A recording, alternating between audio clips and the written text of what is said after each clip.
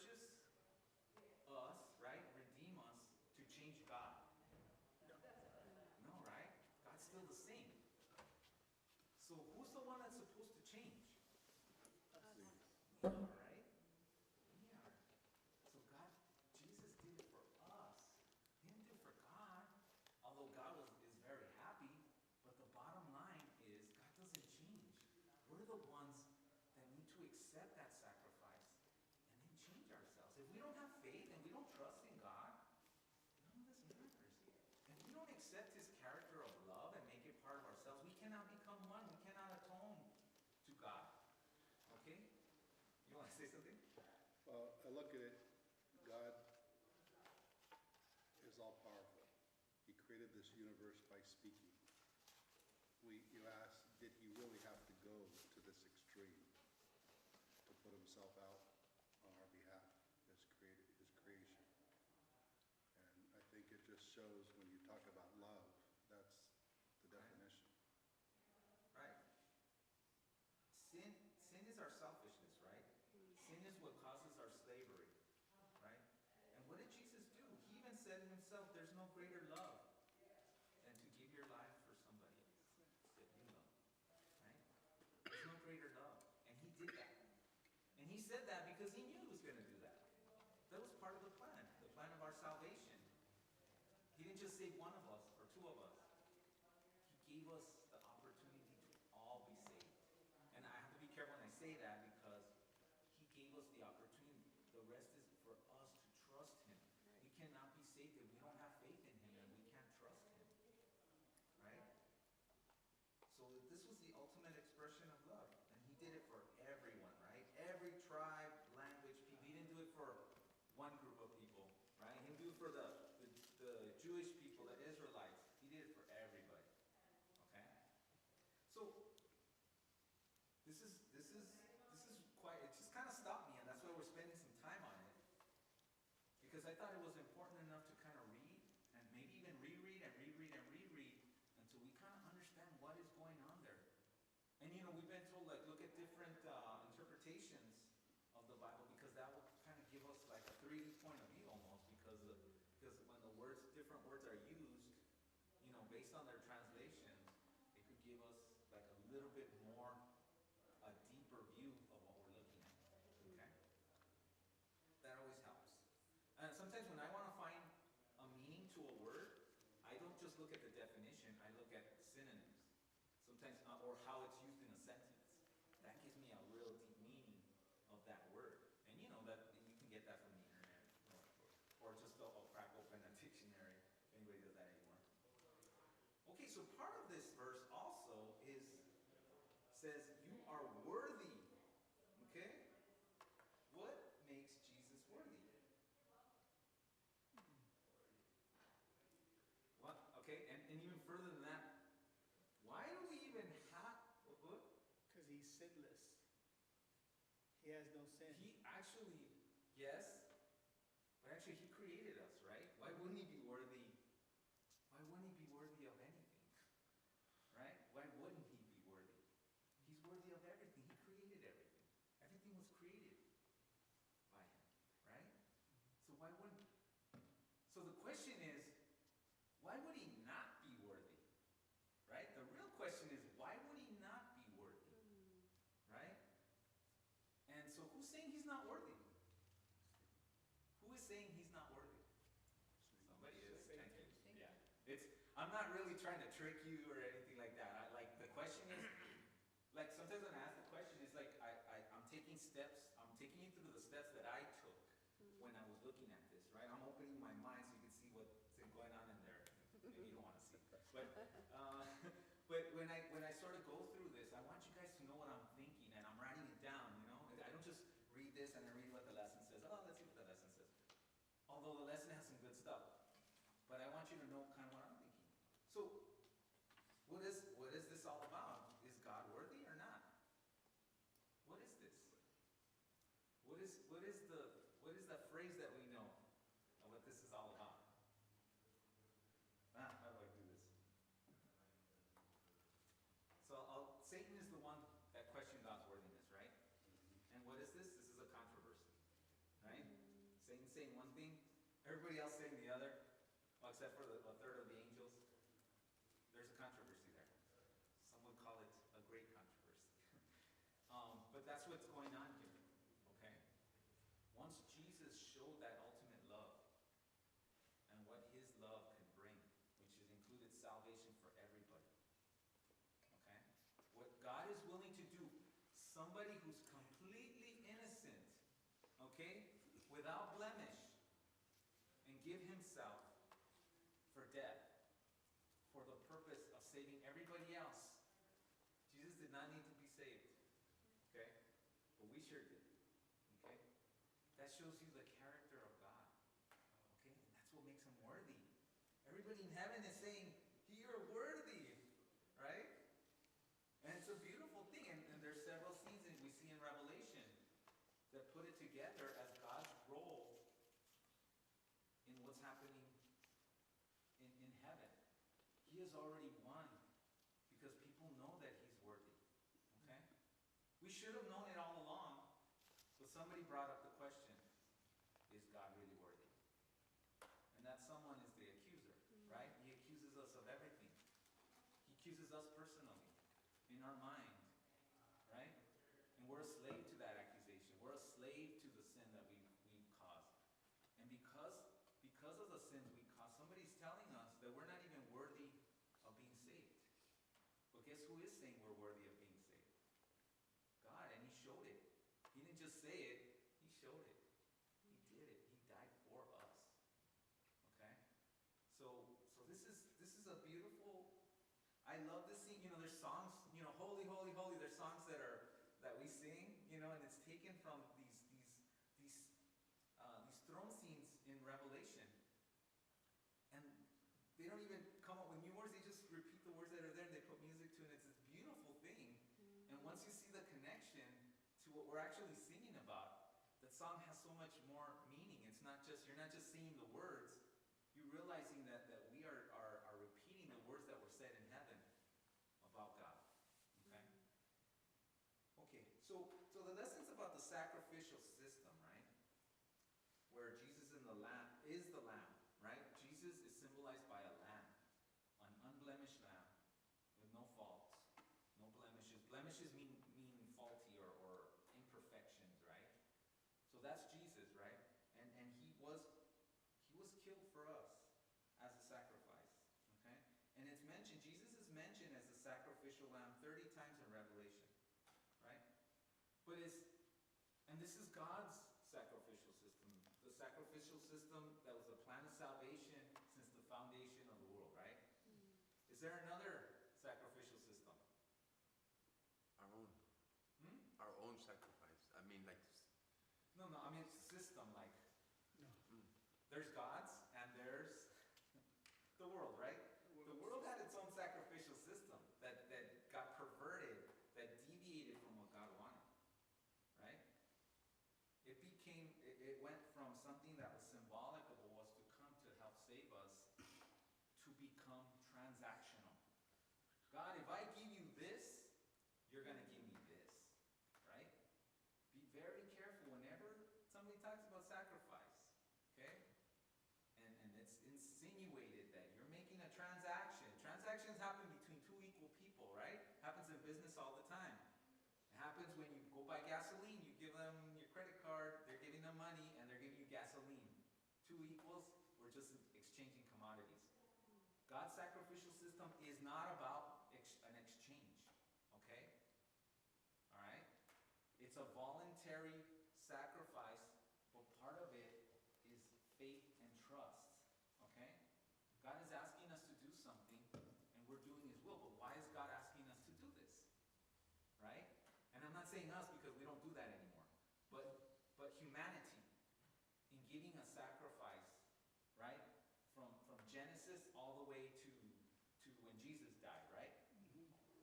Why was it being done? What was the purpose of that sacrifice? Atonement of sin. Atonement of sin, but what was it? The sacrificial system acted as a symbol of what was to come, right? It was a symbol, it was a sacrificial.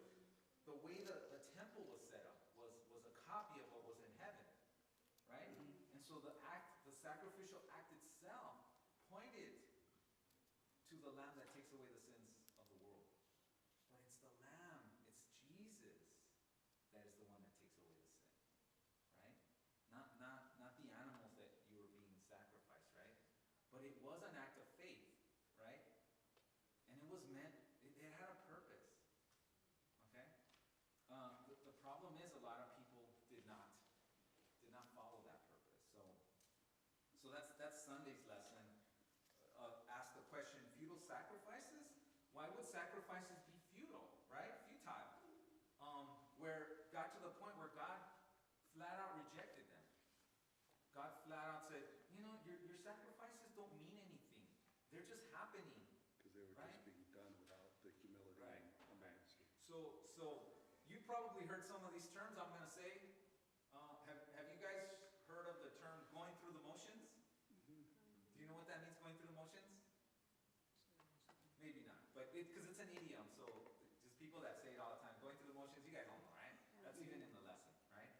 Another one is checking the box, right? You got your list of things, and some people think that 10 Commandments is a checklist, right? Okay, I didn't kill anybody today. I didn't covet anybody. All right, I'm safe now. Right? Checking the box, right? But did you really understand the meaning behind what that commandment was? It was a commandment of love, to love your neighbor like you love yourself, right? So checking the box, just because you have a list and on the surface you're not doing anything, it says nothing about what's happening in your heart. Okay? You didn't bow down before a graven image, but you're doing something else where you're putting other things before God, right? And that's really what the issue is, idolatry, right? So checking the box, just because you didn't do the exact thing that it said and you followed the word, that's legalism, right? You're just following the word, but there's nothing in your heart to back that up. And when Jesus came, he over and over tried to explain to us that there was more to the law than just what was on paper. It was the state of our heart. And you see that in the Bible as well, right?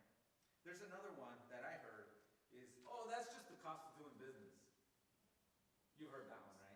Cost of doing business. What does that mean? It's like you want to do business.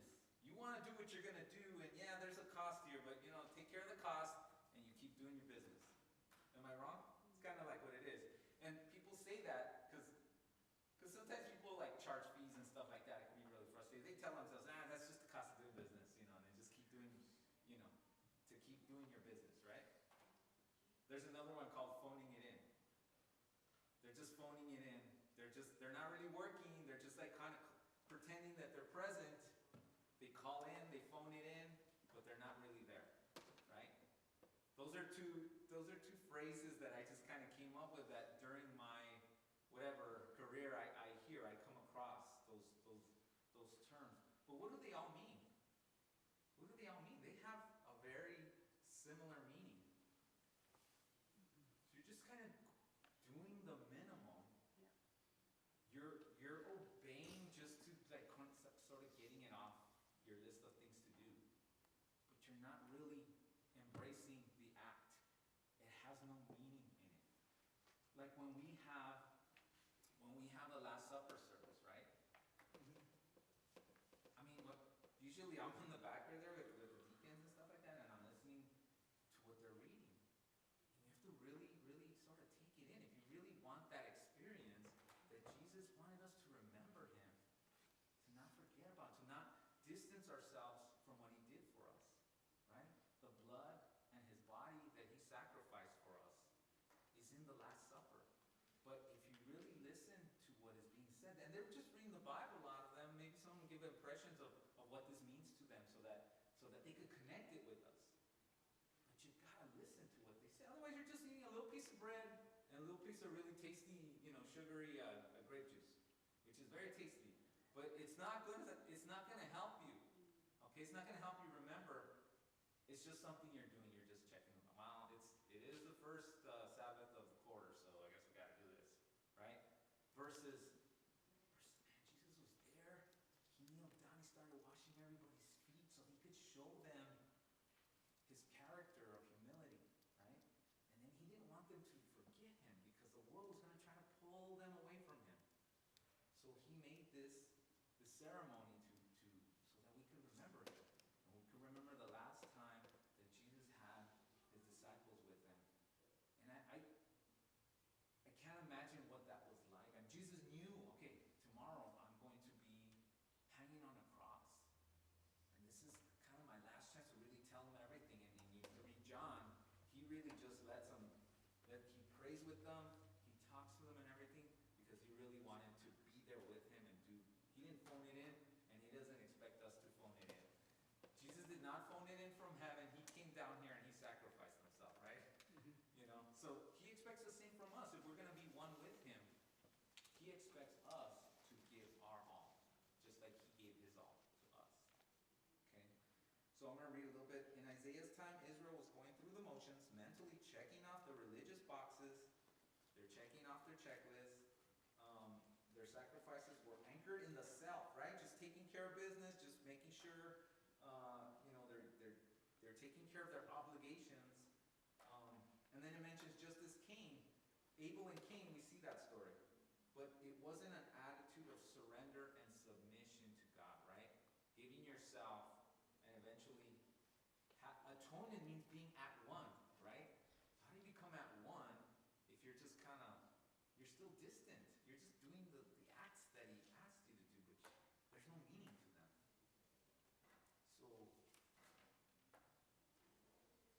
So in Isaiah's time,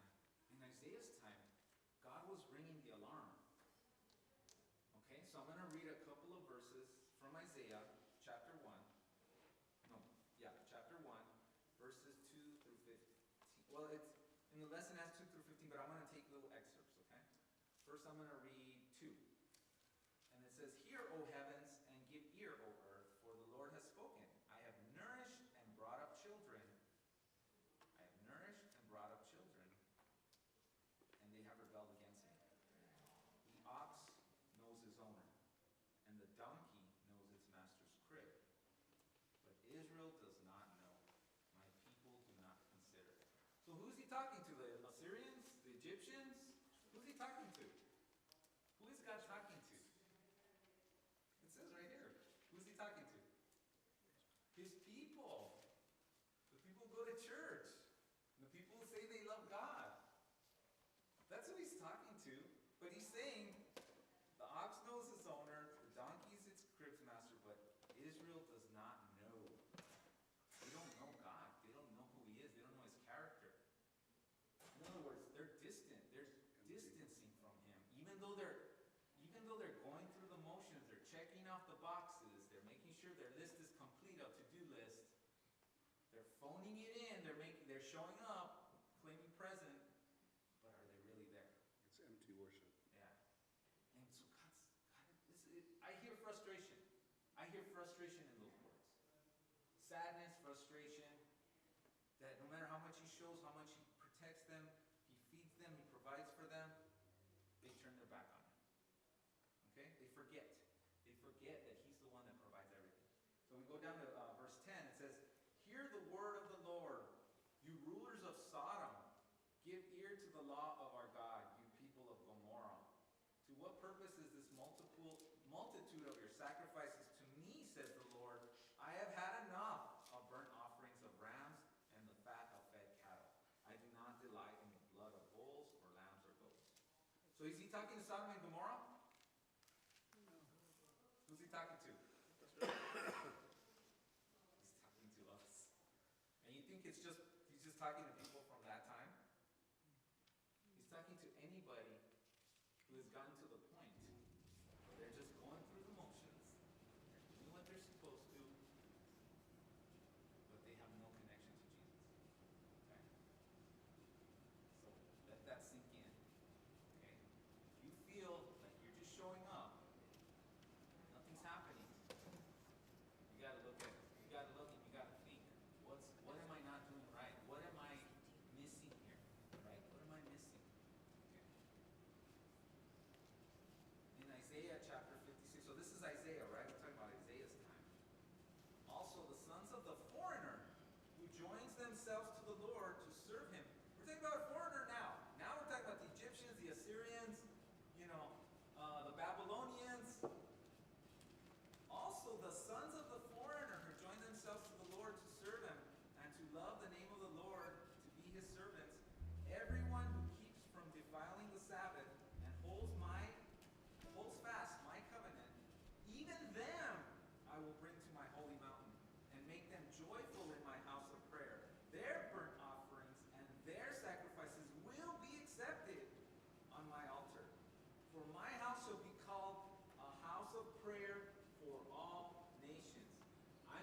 emphasizing certain words so you can really read into it and read into it. This is Isaiah 56, verses 6 and 7. Isaiah chapter 56, verses 6 and 7. What is he saying? Outside worshipers.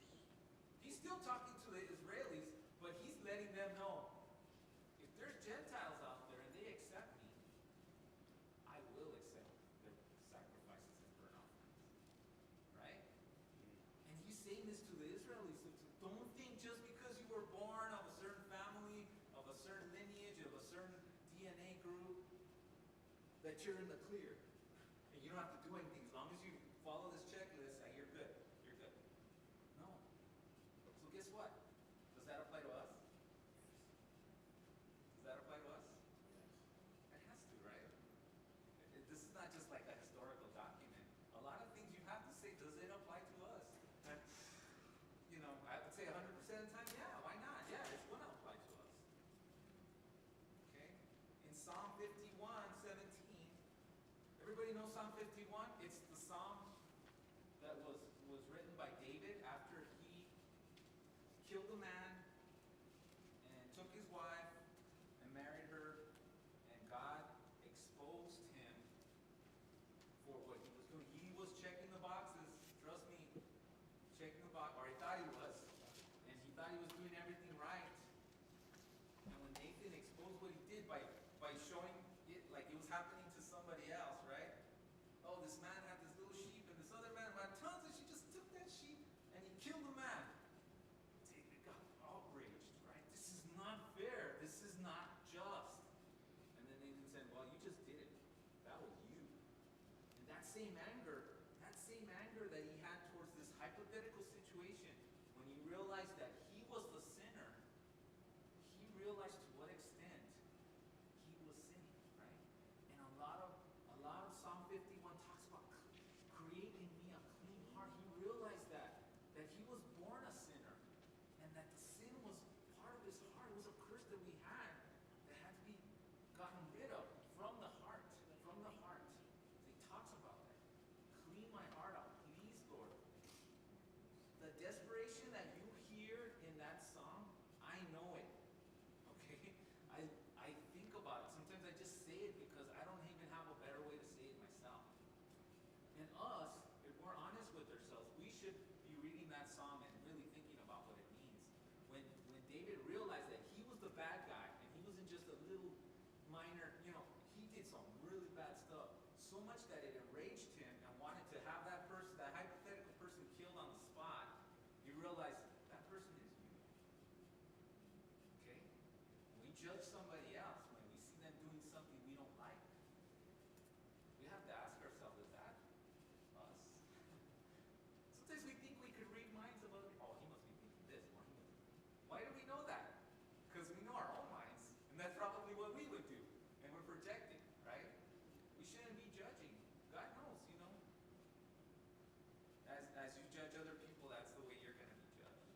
But the point of this Psalm 51 is that it hit David, and he had to go through this process of just coming to terms with how sinful he was, and praying to God through psalm, and probably many lonely nights in the middle of the night, asking God to forgive him over and over again until he felt he was clean. Okay? So Psalm 51:17 says, the sacrifices of God are a broken spirit. Okay? The sacrifices of God are a broken spirit. A broken and contrite heart. You guys know what contrite means? Repentant. Okay? But truly repentant, not just, I'm sorry. It's, you have to change. He says, this is enough for me to change. I realize what I did. I screwed up. I have to change. That's contrite. These, oh God, you do not despise. So he was saying, you can bring the most beautiful, perfect, clean bull, and that cost you a ton of money, and you sacrifice them for me. If it's not part of your heart, it's not part of your journey to be contrite and to change, it is worthless. Worthless. And David just from his own experience, he said, the sacrifices of God are a broken spirit, a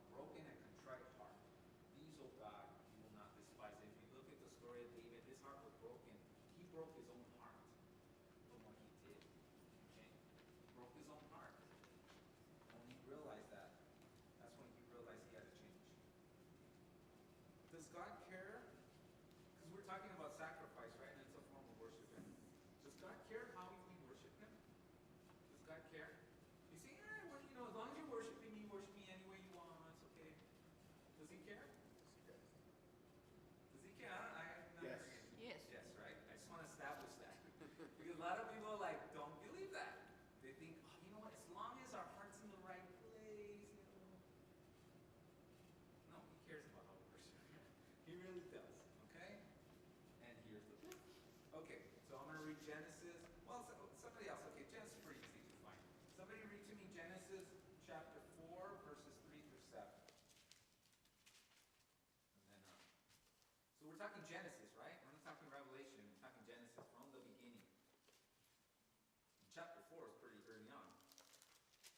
So you want to read? Yeah. You got it? Yeah. And in the process of time, it came to pass that Cain brought an offering of fruit of the ground to the Lord. Abel also brought of the firstborn of his flock and of their fat.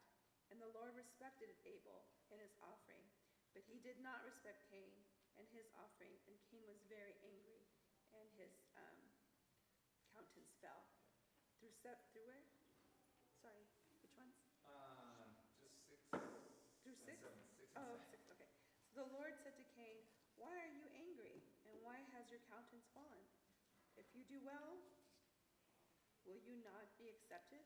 And if you do not do well, sin lies at your door, and its desire is for you, but you should rule over it." So, what was going on? You guys know the story. What was going on here with Cain? What was going on? He decided to bring his own sacrifice. Right. Well, God had given instructions, right? And back to the beginning, what we're talking about, there was a meaning behind those instructions. The sacrifice itself was not going to save him, right? It was the trust in God's instructions of what the sacrifice was supposed to be, because it has symbolism that was going to, be valid all the way up until Jesus was actually sacrificed, right? Or sacrificed himself. And so it had really, really deep meaning. And he didn't trust that God, just like when Adam and Eve decided, I'll do it myself. we want to know good and evil because it's going to make us even better people. God said, don't touch it, but we're going to go ahead and do it because we want to do self-improvement. God gave instruction all through the Bible. Right. Noah, what happens if he didn't follow the instructions to the T? Would it have stayed afloat? Right. So, Right, so God gives us instructions, right, on how to worship him, right? Temple. When people think it doesn't matter. You got 9 out of 10 ain't bad, right? 9 out of 10 commandments ain't bad. But the fourth, Saturday, Sunday, as long as our heart's in the right place, right? I mean, whatever's convenient, right? And trust me, it's hard, man. It's hard when you live in a world where you're expected to work on Saturday. It's not easy. It's not easy. And God wants you to work for him, actually. It's not even just about the work. It's about our dedication to God, right? What we do on the Sabbath matters also. Because we can say, I chose the right day, I'm not working, but what are you doing? Scrolling the internet, I don't know. There's so many things you can do where you're not with God. You're just phoning it in. You're just checking the box. You're just saying, I got Saturday, I got it right, Click. One of my 10 commandments, or check the box. But you're not really giving yourself to God on that day, okay? And whenever somebody challenges, I get challenged all the time. You guys like Saturday. I don't even get into the conversation because that one's so easy. It's too easy. I tell them it's not, and sometimes when I respond, they're not expecting me to do this. They're expecting me to fight for Saturday, I say it's not even about the day. If you do not give yourself for that whole day to God, it's not just about the day. It's about actually what you do during the day. And are you giving yourself to God?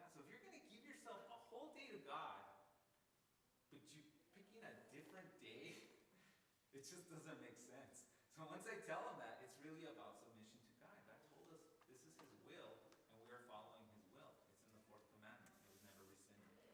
Okay? And so if you're going to give yourself all on a Sunday, except for the fact that He actually wanted you to do it on the Sabbath, it's just the whole logic structure sort of falls apart. And on Sundays, they don't even give the whole day, they just give 3 hours. That's my point. That's my point. They just go to church. Okay, I went to church, tick the box, and then move on with the rest of their lives as if it was any other day of the week. Right? At church, we do a lot of things. We try to serve our fellow, neighbors. We try to, we support each other. We're here for each other. We're here to sing songs to God. We're here to pray to Him. And it's the whole day, right? On Friday night, we call each other, hey, happy Sabbath. Look, I just got a call. Happy Sabbath, how you doing? Some people even call me, hey, happy almost Sabbath. And I'm like, yeah, happy almost Sabbath. As we're starting to prepare for the Sabbath. I better turn off my ringer. So thanks for the reminder. I don't even answer my phone, but come on. Okay. Good thing we're not on the internet. Right? They're not broadcasting. Okay. All right then. So Cain and Abel had that thing, and Cain insisted on doing it his way, right? Because for some reason he thought that was a better way to do it, even though God told him something different. So in Hebrews, it's pretty much explained by Paul, who wrote Hebrews. By faith, it's Hebrews 11 verse 4. Chapter 11 verse 4 says, by faith Abel offered God a more excellent sacrifice than Cain, through which he obtained witness that he was righteous, right? He was doing it the way God wanted. God testifying of his gifts, and through it, he, being dead, still speaks. He's speaking to us right now. He's telling us it does matter how you worship God. That's how he's speaking to us. He's telling us through his story of how somebody killed him that you think you're doing God's will, but by separating yourself, and God warned them that sin is knocking at your door. By separating himself, he got to the point where he was going to kill somebody else. Okay? That's pretty serious. Okay? But Abel's story still resonates to this day, because there's still people out there saying, it doesn't really matter. As long as your heart's in the right place. As long as you try. That's what they're saying. Okay? So it was self-sufficiency versus trust in God. And sometimes trust in God means not trusting everybody around you is telling you the exact opposite of something, right? I mean the world. Everybody's saying, nah. They'll give you their reasons or whatever, but who are you going to trust, right? Cain trusted in himself. He said, I know better, even though God told them straight up. Okay, so, and a lot of this, the whole situation, Cain and Abel, and here's another thing about something I wanted to read to you is a verse in second. Some of you guys know this in 2 Corinthians 5:21, and it has to do with the sacrifice, okay, that Jesus gave, the substitutionary sacrifice. 2 Corinthians chapter 5 verse 21 says, "For he made him who knew no sin to be sin for us, that we might become the righteousness of God in him." Okay? So, he knew no sin. Did Jesus know that sin existed? Did he not know that sin existed? Yes, he knew. He knew, right? So are they lying to us? Or does knowing mean something different? Does knowing mean something different? You know about something, and knowing something, knowing it intimately, or partaking it, or beholding it, and you're becoming it, right? He knew no sin, and he was made to be sin, which is the separation from God, so that we could be saved by sacrificing himself, by suffering for us. He saved us. Amen. But knowing, think about back what Adam and Eve did. They wanted that fruit from the tree of knowledge of good and evil. Did they know sin existed?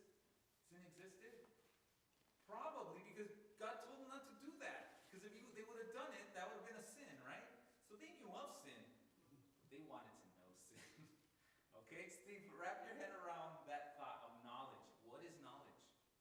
We know of God, but do we know God? We know there's a God. Do we know God? We know there's sin, but do we know sin? Okay? Knowing is so important. So let me read it again. For he made him who knew no sin. He was one with God himself. Right? So sin and Jesus were just not compatible. God separated the two in order to save us. Okay? It wasn't just about doing the wrong thing and all that. It was that separation of God, which had to be, I can't even put in words how excruciating that can be. I think we could feel it maybe if we were to lose our kids, right? People that we've known all our lives, we help, and then suddenly we're separated. How does that feel in our heart? I mean, it's got to be excruciating, that something happened to them, or we got separated from them. God separated from them. He was one with God. So I wanted to just sort of bring that up. This is not in the lesson, but it's something that came up in some of the commentaries and people brought it up. Yes, sir. Can I share a story of separation? Sure. One time we were with the Winter Dodger game, and my son was with me in my hand, and you know how busy it is going in there. And I think the game was already started, and somebody hit a ball or something, and everybody started cheering. In a split second, he walked away from me because he wanted to see what was going on. And you want to talk about panic in the heart and the mind? Yes. It's really something. Yeah, I lost my little Benny at the LA County Fair, man. Those 90 minutes were like, just the idea that Mine was just a few minutes. And it was the like, idea that somebody might have taken. And I was with Vicky too, and she was like scared because she was looking at my face, how panicked I was. But I hear you, brother. Okay, so let me see if I can time this. The actual purpose of sacrifice. People think that animal sacrifices are cruel and fair, and according to the lesson, yes, it's cruel and unfair. That's the whole point, right? And what they point to an innocent being killed for the guilty, right? That's what the sacrifices are. So guess what? It's a symbol, right? It's a demonstration of what happens to innocence due to sin, right? The suffering lamb, a docile little animal who did not deserve to die. Okay, was probably a pet up until that point. It has a symbolic and temporary value, right? Because it's pointing to something. When that thing happens, you're supposed to connect all the dots. You're not supposed to keep doing the same thing that points to something else in your mind. Or you think that the killing of that innocent is going to save you, right? It was a symbolic act. It was an act of trust that God gave us because he wanted an ongoing symbol of what was to come, okay? They were even considered like mini prophecies, right?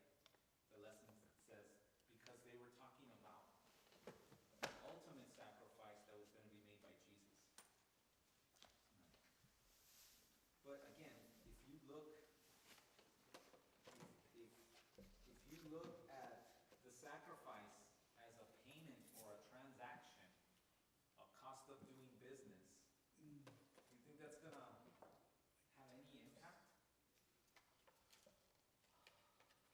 It is the faithfulness and love of God. So in Hebrews 10, 3 through 10, it says, but in those sacrifices, there is a reminder of sins every year, right? For it is not possible that the blood of bulls and goats can take away your sins.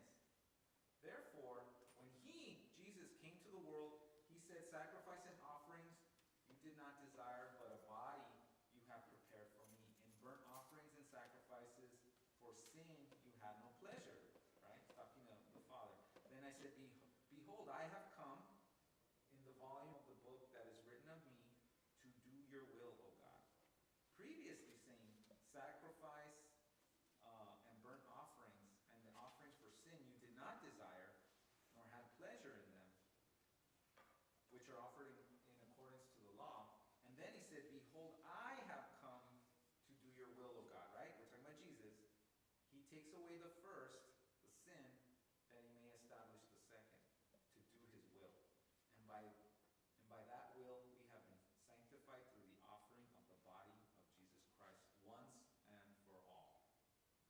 once for all, but might as well say once and for all, right? So payment or transaction, if it's just a transaction, it's just cost of doing business, it's just checking the box, it's just doing it just because it's just on your to-do list, it's something that you gotta get out of the way, bad. If you're doing it and it brings you closer to God, that's what God wants. That's good, right? So, and there's evidence in the Old Testament. Hosea 6:6 says, "For I desire mercy and not sacrifice, and the knowledge of God more than burnt offerings." Remember knowledge? The knowledge of God, to know God, to be one with Him, is more important than checking the box. Okay? And there's people that didn't check the box and still were saved. Why? Because they got to know God. And an example is Nebuchadnezzar, right? He knew God. I mean, it took many, many tries, but eventually he figured it out. The lambs and other sacrificial animals were symbols pointing forward to the atoning sacrifice of the Lamb of God. They were acts of faith, giving sinners a tangible way to express faith in the work of the coming Messiah. We often refer to these kind of symbols as types, which are fulfilled by an antitype, or the appearance of the thing or event that was foreshadowed, right? The type are the symbol, the sacrificial symbols, right? But the antitype, these are just words, they're academic words that people come up with, they sound really cool. What we need to know is that they were all pointing to the thing that mattered, which was Jesus' sacrifice. And once that sacrifice happened, you no longer had to point to something because it had already happened. Okay? That's what we take about this. And then the lesson also says, so once that ultimate sacrifice was fulfilled, the prophecy was fulfilled, the sacrificial system is no longer necessary. Okay? God's sacrificial system that He gave us instructions in was no longer necessary because what they were pointing to was fulfilled. Okay. The Passover lamb. Okay, the Passover lamb. Like I've known this story all my life, but I didn't figure it out. I didn't figure out the symbolism till way later. Why did I know the story? Because I saw the movie Ten Commandments. It's one of my mom's favorite movies. I saw, my mom actually read to us the children's stories of the Bible. She read like from the first book to the 10th book. She read us the whole book, and I remember that one. There's a painting where they're putting the blood on the doorway, right? And I knew, okay, well that's what they did. And because of that, a miracle happened, and the firstborn of the Israelites were spared, right? But I did not connect the dots of what was happening. They sacrificed the lamb, okay? So the lamb had to die, okay? And then they put the blood on the doorway, right? Those were the instructions of God. And because they applied the blood, they were saved. Okay? The lamb had to be the firstborn, it had to be unblemished. Later on in the Bible, they refer to that lamb, or they refer to Jesus as the Passover lamb, because the connection is there. Jesus sacrificed Himself so that we can live, right? So He can save us.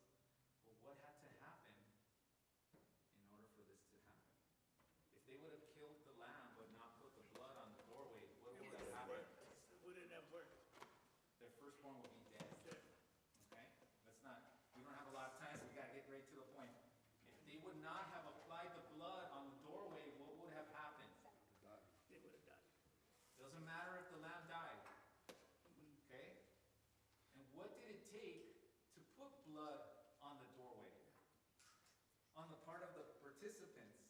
We know we have a participation in all this. What did it take for them to put the blood on the doorway? Thank you. They had to apply it to their faith. Because guess what? Guess what? They knew that the Egyptians were coming after their firstborn. They knew that. Everybody knew that. There was no secret. They announced it. And now you're marking your door. There's Israelites that are living here. Okay? You had to have faith. You had to have faith over God over man. Because man was coming after your firstborn, but God was telling you, put the sign and you'll be fine. Put a target on your door. Exactly. Well, yeah, basically. I'm just giving you my perspective. When I'm going through this, I'm like, From a humanistic point, Right, I'll right. put a target on your door. Would you do it? and we might go through that. If we show people who we are, that we're Christians and we're trying to share the Bible with them, what's it gonna do? Is it gonna put a target on us? But what does God want us to do? He wants us to trust Him. Okay? He wants us to let people know who we are. And to trust Him. That even though, yeah, we're gonna be targeted, and we know that. But He's also saying, trust me. And if you do not apply the blood of the Lamb in your doorway, guess what? You're in big trouble. Doesn't matter if the lamb died. Okay? Alright, do you see the connections there? Hopefully that helped. Okay, just I got like 3 minutes. And there's a lot of connections between the Passover and you know, it wasn't a coincidence that Jesus died on Passover. Okay? It was not a coincidence. Because the symbolism was there. The Passover was a symbol of Jesus, Jesus' salvation. Okay? Alright, I'm going to, there's one, Jesus at the temple, right? The temple used to have the Ark of the Covenant, where the Shekinah glory would go, and you had to be like the top priest, you had to do a special sacrifice just to even be in the room. Okay? Not anybody. Anybody else, and it says, I have all the scriptures here, you would die. Okay? You couldn't handle God being in the same room in the presence of God, right? And you even had to create smoke to you had to create smoke, because even in the scripture it said, if you don't create the smoke, you're gonna die. Okay? So they would burn incense, create the smoke, and then that would, so it was the presence of the Lord was there. So later on, when they lost, when they created the second temple, and they lost that covenant, but the prophet Haggai said, glory of this latter temple shall be greater than the former. What he was saying, and he knew that God Himself was going to be there in the form of Jesus. Okay, that's what that day talks about. I'm just kind of like compacting it so that you can see what really was going on. Jesus was actually at the temple, and He was there the whole week, that whole Passover week. He was there, and even whenever He was in Jerusalem, He was in the temple. The temple was such a big complex that you were just there, and He was teaching people, and He was, that's where He overturned the tables and all that other stuff. Okay, so I want to talk a little bit about Isaiah, just really quick. We have to. We're going to talk about Isaiah. Isaiah is a very special book for me. It was, we were actually studying, it was a quarter where we were studying it at the time when it was COVID time. We were doing stuff online, and we were just like, nobody was coming to church, right? Unless we had something outdoors, nobody's coming to church, everybody was watching it online. And I remember me and Robert, we were teaching Sabbath School, and we were teaching Isaiah, and we read that first chapter where it's actually not first chapter, chapter 6, verse 5, where Isaiah goes to the presence of God, and once he realizes that he is in the presence of God, he was like, that's it, I'm done, I'm going to die because I shouldn't be here, I'm not worthy to be with God. Now, the reason this is special is because we studied that chapter, and it had such a profound impact on me that I had a dream that I was in the presence, that I was kind of going through a similar thing where I was in the presence of God. I'm not saying it's a revelation. Some people might say it is. I would say it was a dream. And when it was announced that God was going to come into the room, in my dream, I hit the floor. Because for me, I was not worthy to be there. And I knew, because I read this, I knew that I was just going to not survive. And so I hit the floor. But when I woke up, I was like, you're not worthy. Why? Why are you in the state where if God were to show up, you wouldn't survive? And I had to look at myself. Okay?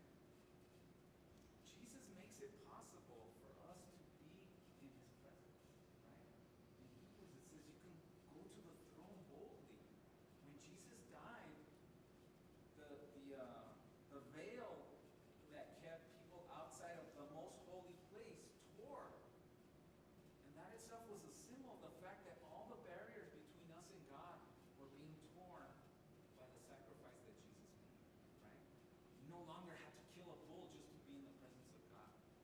Okay?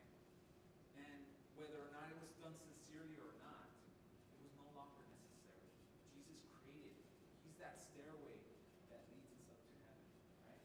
Remember that in that road to Emmaus where Jesus was showing the two disciples all the things that led up to him, and he was able to show them who he was, not just by performing a miracle, but by showing them the scriptures and showing the symbolism, the things that happened, and the significance of all to the disciples. So what you see in the sacrifice is a symbol, and it also points to Jesus.